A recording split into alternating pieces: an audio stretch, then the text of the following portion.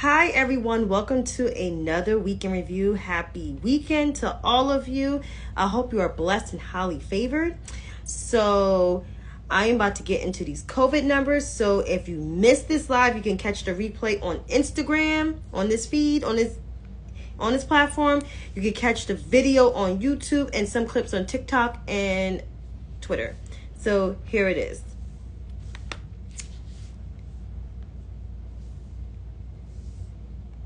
According to the Johns Hopkins University and Medicine website, there are 674,942,144 global confirmed cases of COVID-19 around the world. So we have those cases. There are 6,869,000. Sneeze came on. So there's 6,869,863 confirmed deaths of COVID-19 around the world. Here at home in the United States, we have 103,370,619 confirmed cases, and we have 1,119,546 people dead in this country from COVID-19. So let me repeat these numbers again. So there is 674,942,141 global confirmed cases of COVID-19. There are 6.8 million people dead from this virus around the world. Here at home, we have 103,370,619 people who either had or there's confirmed cases of COVID-19, and there's almost 1.2 million people dead here at home. Keep in mind, the United States is 4.2% of the world population, yet we account for 25% of the cases. According to the vaccination doses, 97,302 Americans have took the vaccine. Overall, there's 229.9 million Americans vaccinated.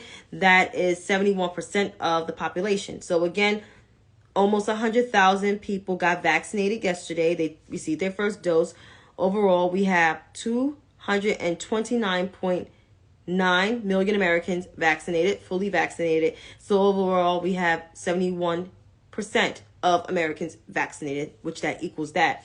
Keep in mind, this goal, the 70% goal, was the president's goal back almost 2 years ago for 4th of July. But this is where we are. So yes, even though people think, and this is true honesty, people don't think that COVID's not here anymore. But with almost 700 million cases around the world, with nearly 7 million people dead from this virus, here at home, we have over 100 million cases and almost 1.2 million people dead here in the United States. And yet, people are not wearing masks anymore, not washing their hands anymore, coughing in public, going on public transportation without their masks, not practicing safe public health protocols. This is where we are.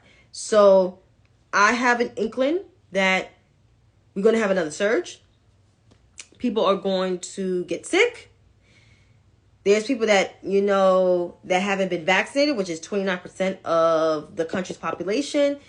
They might succumb, hopefully not, but they will be really sick and they will have long COVID for probably the rest of their lives.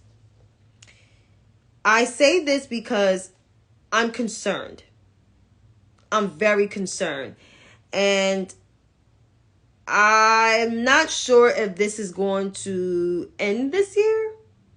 Because if one part of the world already had like their big outbreak, we're next. The western part of the world is going to be next. So I encourage people to don't get lax, pay attention, and wear your mask and wash your hands. And if you haven't been vaccinated, please get vaccinated. Don't listen to the holistic doctors out there. Get vaccinated. It will save your life, and it will save you from having COVID severely.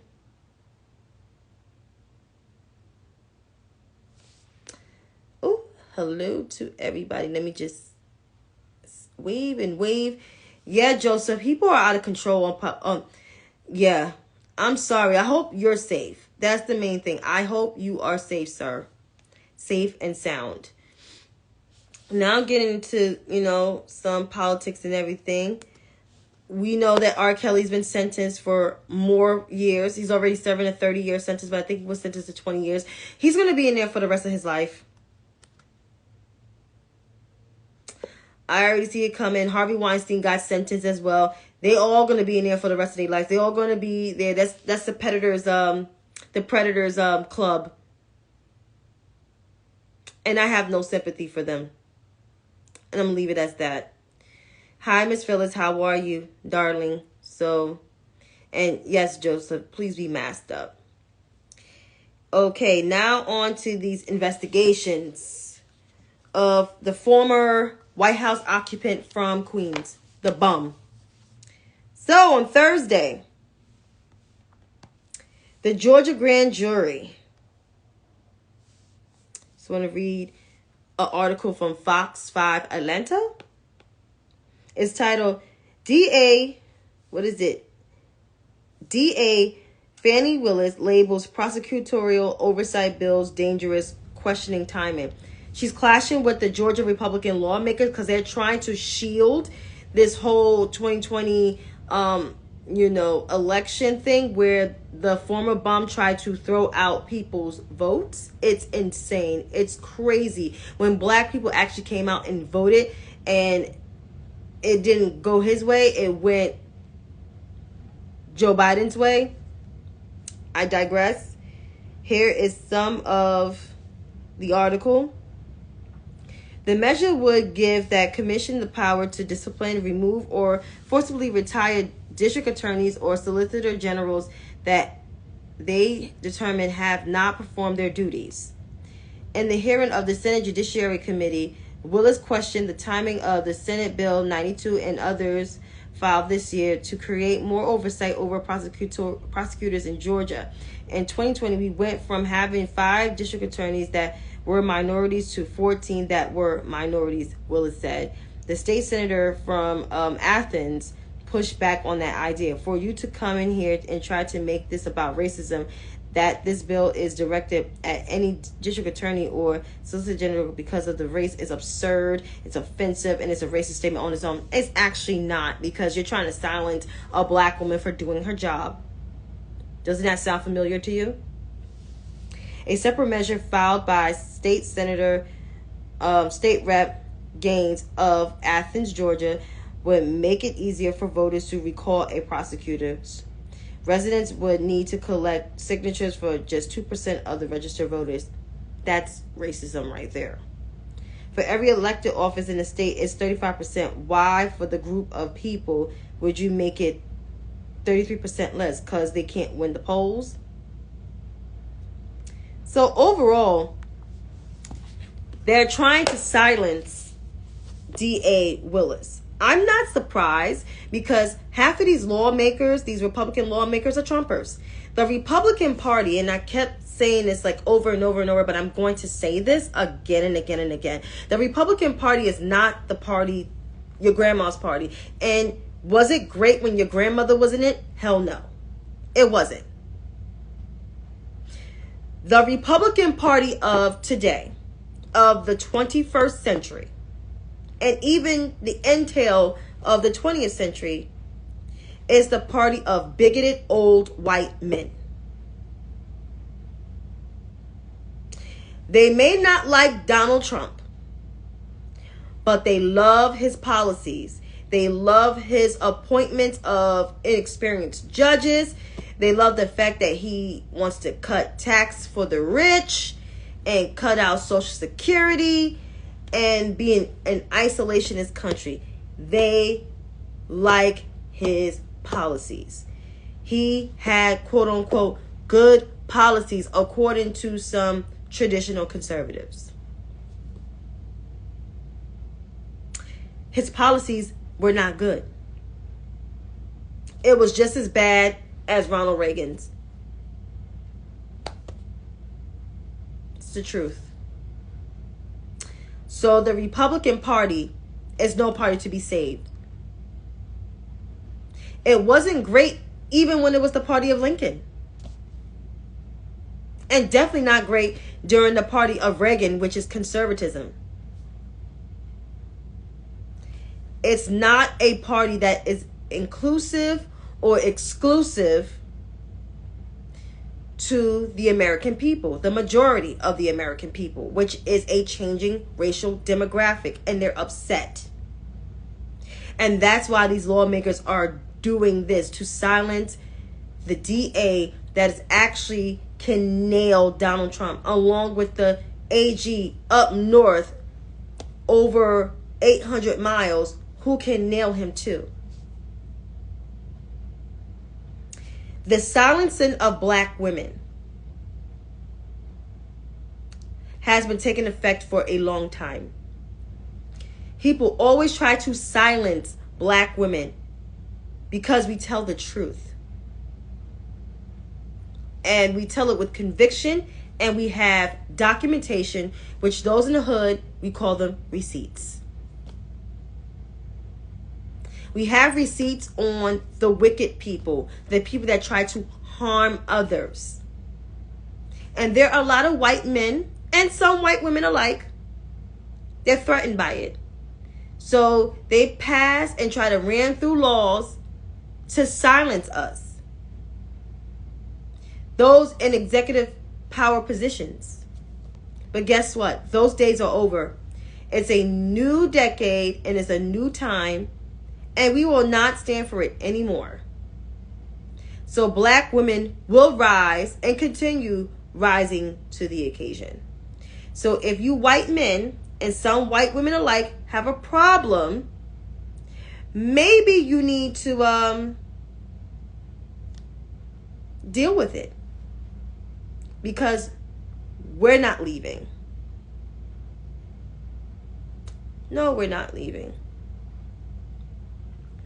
But speaking of this bum who is getting investigated like a motherfucker, unfortunately his ass is announcing to run for president. And people are mad, Republicans are mad that he's running. Some people want the Merrick Garland to do something. Yeah, I get it. But he is an AG. AGs don't criminally prosecute. That's why my AG don't criminally prosecute. They only could do that if they're granted power to do that from the top level executive branch, and that's the president or like a governor. So, unfortunately, he's a stain on the party. And people actually like him in the party, especially them voters, them 75 million that voted for him, unfortunately. So it's nothing really Merrick Garland can do. He appointed a special prosecutor. Those take time. They like to, assess the situation and like to come with their clear facts. But back to the matchup, the rematch, which is most likely to happen, Biden versus Trump. People think that Donald Trump is going to win. There's polls saying that Donald Trump is going to win. Those polls are... It's not that believable. Because of what has been done with the last couple years in terms of the vaccine rollout, the national plan to combat COVID-19, all, the infrastructure bill. We actually had Infrastructure Week, the American Rescue Plan, the whole thing with Ukraine, more stuff being out there, and home equity and all of that good stuff.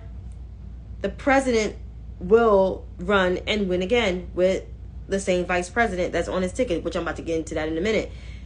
He is likely to win. He's not going to have a challenger. If the president has a challenger on his side, then they're stupid as fuck, because there's no way in hell you can. He's probably one of the most popular presidents right now. Just saying. On the Republican side, it's a mess over there. They have what is it? They're in a disarray. In complete disarray because you know, you have Trump running. A lot of Republicans don't want Trump running, the mainstream Republicans, while all the other, like the voters, want him to run. And then when he does, if he does win, who's going to be his vice president? We don't know because he has issues with DeSantis. Nikki, what's her name? Narata, you know, he's been saying some shit about her. Yeah, Narata, which is Nikki Haley. He's been saying some shit about Narata. And Tim Scott is a likely chance because, just to say, that's my African American. Yeah. So we don't know what is it going to look like, but whatever that ticket versus Biden and Harris most likely will win. And speaking of the Biden and Harris ticket, I'm going to say this again. I said this last week. Vice President Kamala Devi Harris is going to run with President Joseph Robinette Biden Jr. They are a good team. They have been getting things done. And that's that. And if you have a problem with that ticket, maybe you need to vote for the bum and whoever's going to be on his ticket, because that's the most popular Democratic ticket and winning ticket for 2024. The fact that Marion Williamson, the lady who compared me to the let's say this again. Jesus Christ. I'm looking at this because thank you, Scott. Marion Williamson is the same woman who compared me to the Proud Boys. And I actually have the tweets here where she compared my ass, me, to the Proud Boys, which I found it very absurd and crazy. So don't understand that goddamn lady. So here it is.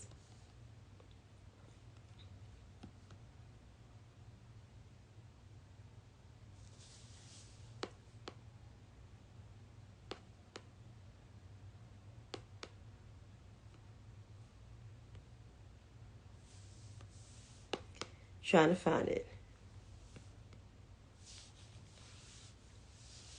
So, last year, I put out a list, didn't know it was going to get viral. The following progressives may go through some things soon. Brian Knight, Brianna Gray, MMA Socialist, or Socialist MMA, Katie Hopper, Jake Wieger, Anna Kasparin, Crystal Ball, Marion Williamson, David Serrata, Peter Dow. Is there anyone else I'm missing? Marion Williamson said this to me. At Kamala Harris, would you please ask K. Hive to stand back and stand by? Who used that phrase, stand back and stand by? Y'all already know who it is. They used it during the presidential debates in 2020. The fact that Marianne Williamson, who announced her candidacy yet again, like it's going to go somewhere, compared a black woman to the Proud Boys, which is a white domestic terrorism group, has to be one of the most racist things to do. But you're running as a Democrat, the most diverse voting coalition. I don't take you seriously, and I never will. You are irrelevant. And I was right to say you was going to go through some things, because after that, you went through some things. You said conservatives listen to you a lot more than liberals. So trying to get the liberal vote is going to be a very, very steep road, which you will never succeed because you won't even make it towards the beginning of the primaries. So good luck on that Second failed candidacy, Marion Williamson.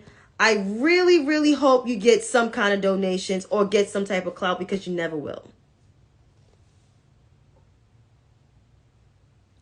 Put that in the crystal ball. So yeah. She got some nerve. You're absolutely right. That was crazy. But she did it though. She said it. She said it. But I read people. I was going to say read political commentators, but that is for another day, because I do that like all the time. So, folks, we already know what ticket's going to be popular. We already know what's going to be it. So, please stay vigilant. Stay informed. Also, follow my friend Sky, who has been, yeah, you're right, Sky. Speaking of Sky, saying that in the comments, Sky posts everything about the vice president. So folks who keep saying that the vice president is irrelevant, Christopher James Christie, we looking at you. There is a lot of things that the vice president is doing. Maybe you need to actually read the Twitter page more, or go on the White House website and read the vice president's statements instead of going on ABC this week and just giving bad political takes as you normally do every single Sunday. And that's all I'm saying.